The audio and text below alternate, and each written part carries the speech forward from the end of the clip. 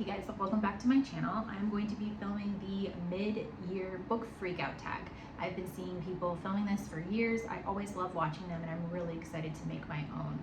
So let's just go ahead and get into it. The first question is, what is the best book you've read in 2023?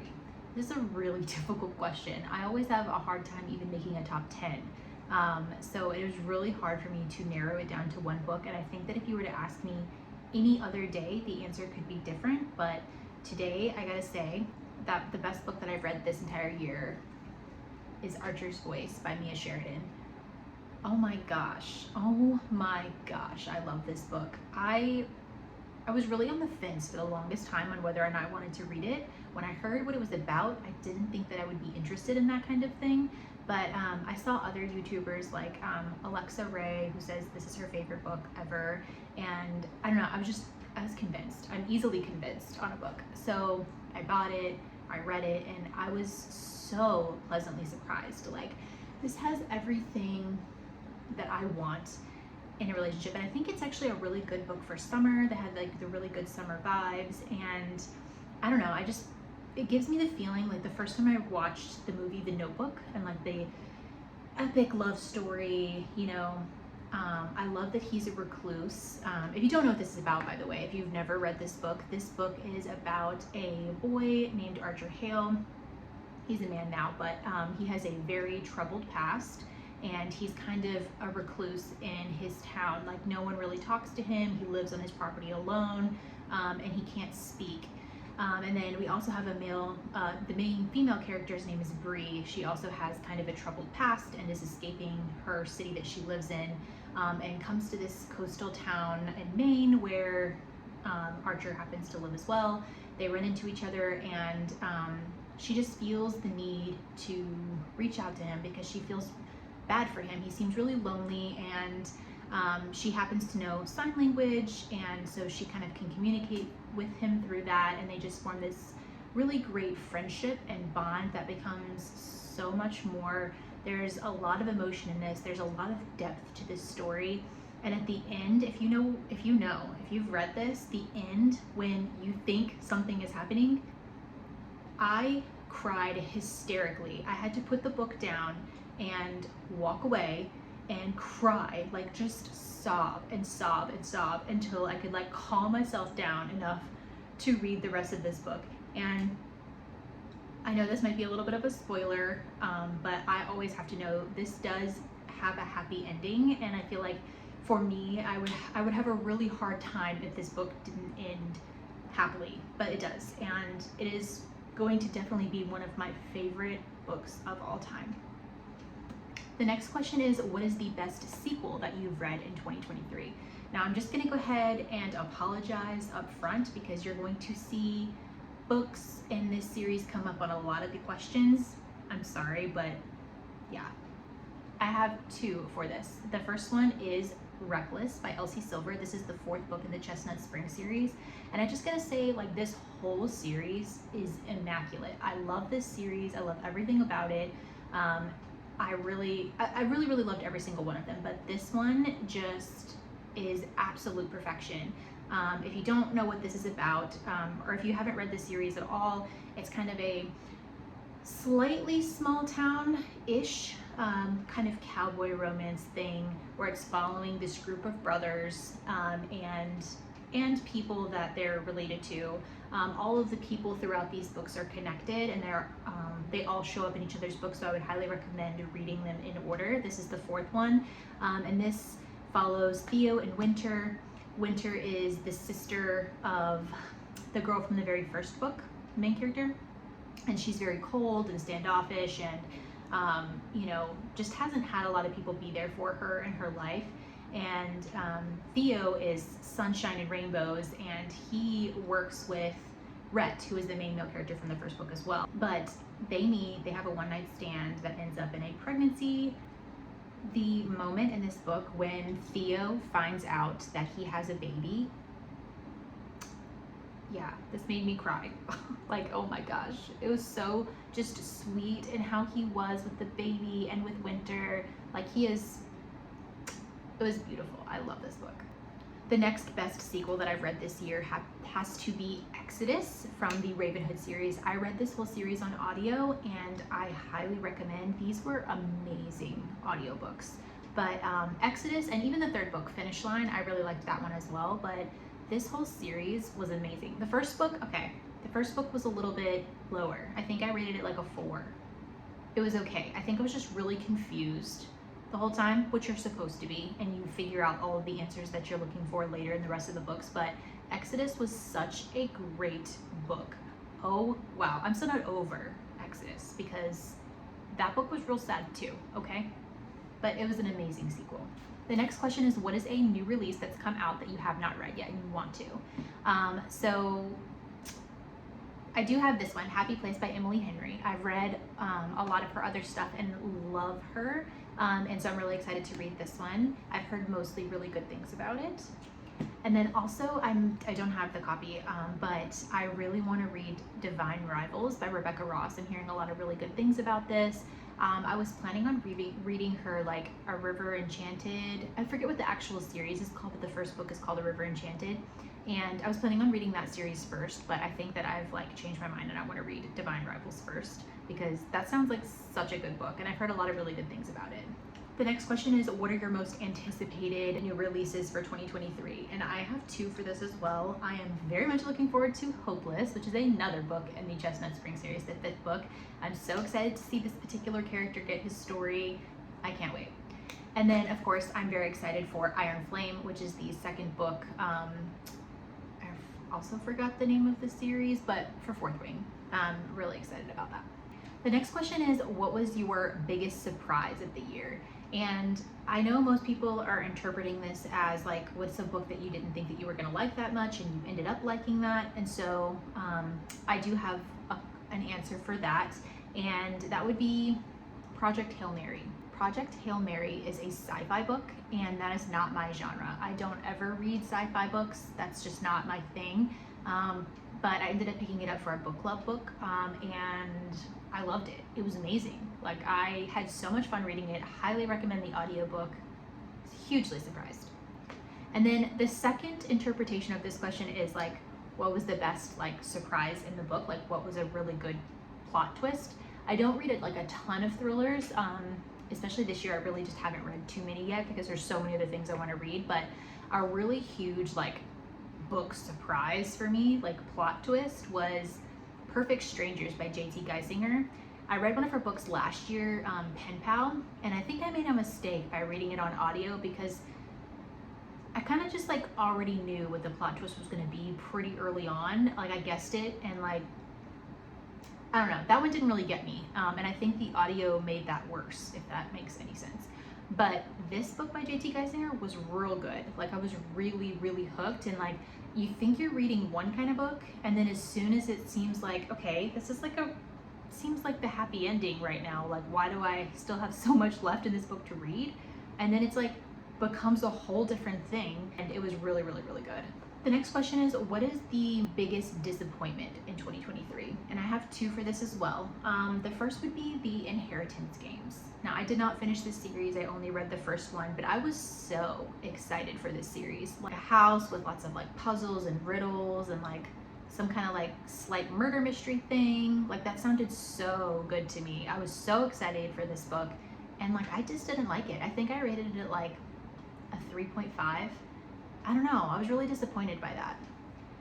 And then the other disappointment has been the Addicted series. I'm in the middle of reading the Addicted / Calloway series in the same order that the authors recommend, which is kind of going back and forth between the 2 series. And I've read 2 Calloway books, and I loved those. I rated those both very highly. But the rest of the Addicted series, I don't love it.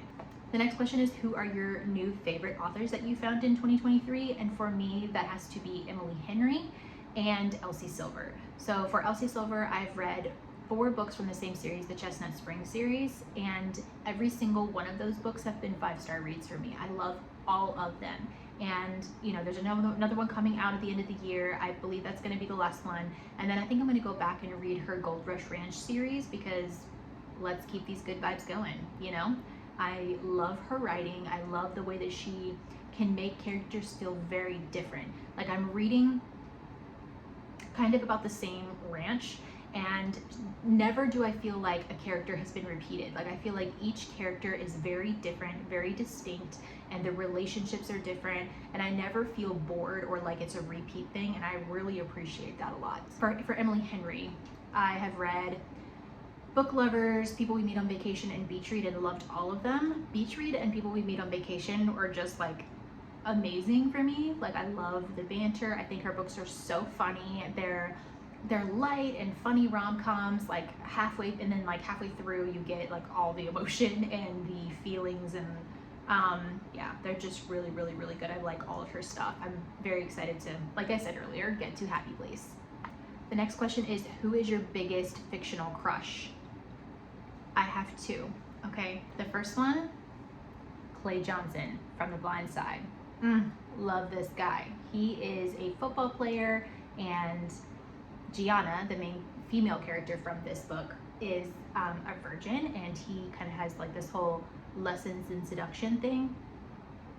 Okay, love Clay Johnson, love him. And then, just in case we haven't talked about this book enough, Theo Silva from Reckless. The way that he is with Winter and the way that he is with their baby, I just don't know what else you could want from a guy. I just don't know what else there is. Oh wait, I forgot about Archer Hale. Oh my gosh, I love Archer. He's so sweet. I don't know. I'm just obsessed with this book right now, so I think he just keeps popping up in my mind.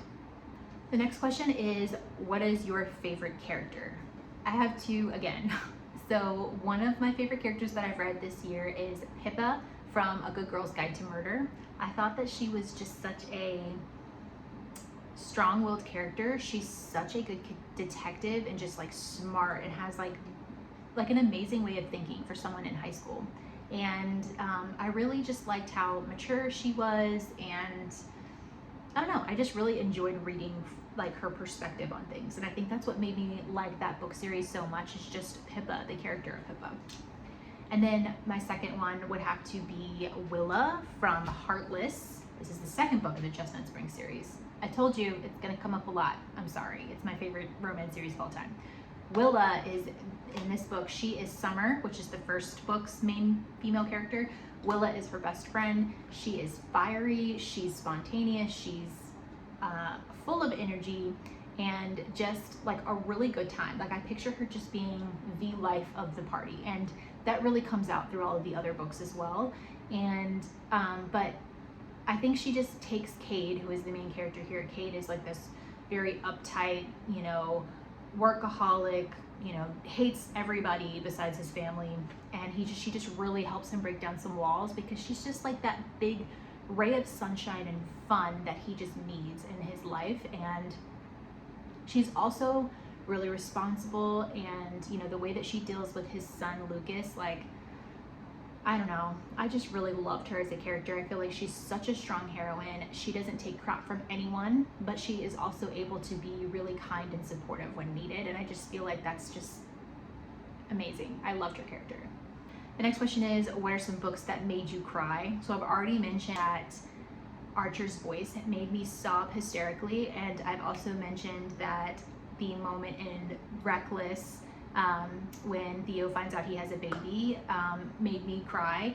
But the only other book that kind of comes to mind that really made me heavily sob was Reminders of Him by Colleen Hoover. Ugh, this girl, if you don't know what this is about, this is a woman who goes to jail because of something that happened, and she has not been able to see her baby. She was pregnant while she was in jail and gave birth and was never allowed to be around her baby. Now her baby is 4 years old and living with the father's parents. The father has passed away, and she really wants to see the baby, but for certain reasons that you'll find out in the book, the parents want nothing to do with her and want her nowhere near the child. They have custody. And she is just devastated. All she wants is to be with her child, and she can't do that. And it is just so heartbreaking. If you are a parent, just imagine what it would be like to not be able to be with your child, having never really met your child ever, and like how heartbreaking that would be. And this just did it. I was so sad when reading this book, but again, has a happy ending, so very important. The next questions are, what are some books that made you happy? For me, some of my favorite books are books that are gonna make me cry and going to have like a really emotional punch. So when I'm thinking about books that make me happy, that's not to say that these books that I'm going to talk about are all rainbows and sunshines and no problems, because that's definitely not the case. I don't think I read anything like that. But these books just made me feel really giddy and just happy the majority of the time that I'm reading them. And looking back, that's the memories that I have. And one of those books is The Love Hypothesis by Ali Hazelwood. I don't know what it was, but this book made me feel so giddy and happy. And I just really liked the sciencey stuff that kept me interested, and I just really like this a lot. Also, People We Meet on Vacation by Emily Henry made me so happy. Like, the whole book is them going on vacations for the most part. Like, that's so fun. Like, I love going on vacation, and this put me in all of their spots that they went, and I had such a good time reading this, and it made me very happy for most of it. The next question is, which is the most beautiful book that you've bought in 2023? Easy. Fourth Wing. Like, these sprayed edges with the dragons, like, it is beautiful. I love this book. And the last question is, what are some books that you really need to get to before the end of the year? And for me, okay, one of my favorite series of all time is the A Court of Thorns and Roses series, and I've actually reread that series twice, with the exception of A Court of Silver Flames. I don't know what it is, but I have not made it to that book. I read it I read the whole series the first time about a year ago, and then I reread almost all of it again last December because I thought, you know, oh, let me reread it all again, and then I'll read A Court of Silver Flames. And here we are, 6 months later, and I still have not read it yet. I don't know what's holding me back. I think I'm just so in love with Rhysand and Feyre that I don't even want to move on to another couple. I don't know. I don't know why, but I need to read that before the end of the year. I also need to finish the Last Hour series. I just read Chain of Gold. Didn't love it, so I'm not feeling like I necessarily want to jump right into reading the Chain of Iron, but I do need to finish that series because I want to continue on with the other series in the Shadowhunters universe. I also want to read the Dreamland Billionaires series. I have all 3 of the books and I just haven't picked them up yet. I also want to read the Crowns of Nyaxia series. Like, the Serpent and the Wings of Night has been such a big, like, talked about book all over social media, right along with Fourth Wing, and for whatever reason I just still haven't read it yet. I think that I'm waiting for like fall and like spooky season, you know, vampires. I feel like that's the time to read that book, so maybe, you know, in the next month or two, when I start feeling more of a fall type vibe, I'll pick it up. I do need to finish the Addicted Callaway series. Like I said, I'm reading Fuel the Fire right now, so after that I really only have 2 books left in the series, and I feel like I just need to kind of finish it and get it out of the way so I can move on with my life. And the last book series that I really want to read this year is the Caraval series, because one, I think that I'm really going to like that series, but also I just really want to read the like Once a Broken Heart trilogy. The 3rd book is coming out the end of this year, so that'll be perfect. And I've heard that it's best if you read Caraval first, and I'm like really excited about reading Caraval too, so definitely need to get to that. That is it for this video. I had a lot of fun thinking about all of these questions, and I've had so much fun watching other YouTubers do this, so thank you so much for potentially watching mine if you're here, and I will see you next week. Bye.